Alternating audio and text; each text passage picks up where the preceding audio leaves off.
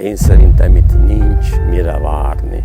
Ez nem úgy van, hogy mit tudom és én bízunk benne, hogy majd a Teremtő megsegít bennünket itt ilyesmire. Nem lehet itt saját magadra támaszkodhat, csak másra nem.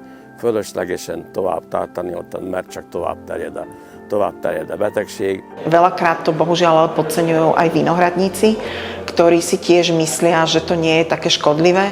Dneska to už môžu vidieť na vlastné oči.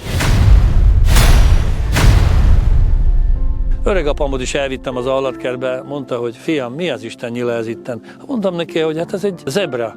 Zebra? Hát ilyen állat nincs is. Jaj, hát...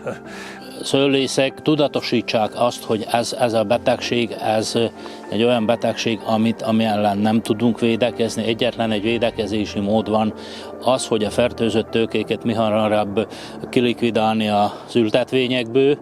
Nagyon sokan azt mondták, hogy ők majd megpróbálják megmenteni a szőlőköt, meg minden, amit tapasztalatok azt mutatják, hogy sajnos ilyen formában, így, hogy nem likvidálom ki, és megpróbálok elvileg úgy veszőt nevelni alulról a csonkról, ez nem járható út. Ebben az esetben ennél a betegségnél nem járható út. Azt üzenem a gazdáknak, hogy nagyon komolyan vegyék ezt a betegséget, majd kivágom, vagy nem vágom, majd meglátom, olyan nincsen. Környékünkön 300 éve szőlőtermesztés van, és most még, hogy ez tényleg a kihalás szélén legyen, ezt nem szabad a gazdának megengedni. Én azt gondolom, hogy a közösség összefogó, összetartó ereje, a ráhatás is, hiszen senkinek a gondatlansága nem veszélyeztetheti azt, hogyha valaki értéket akar előteremteni, vagy abból a területből szeretne megélni. És ezt mindenkinek tudomásul kell venni. Sajnos Közép-Európában nem így vagyunk szocializálódva, hogy a tulajdonnal nem csak jogok, hanem kötelezettségek is járnak.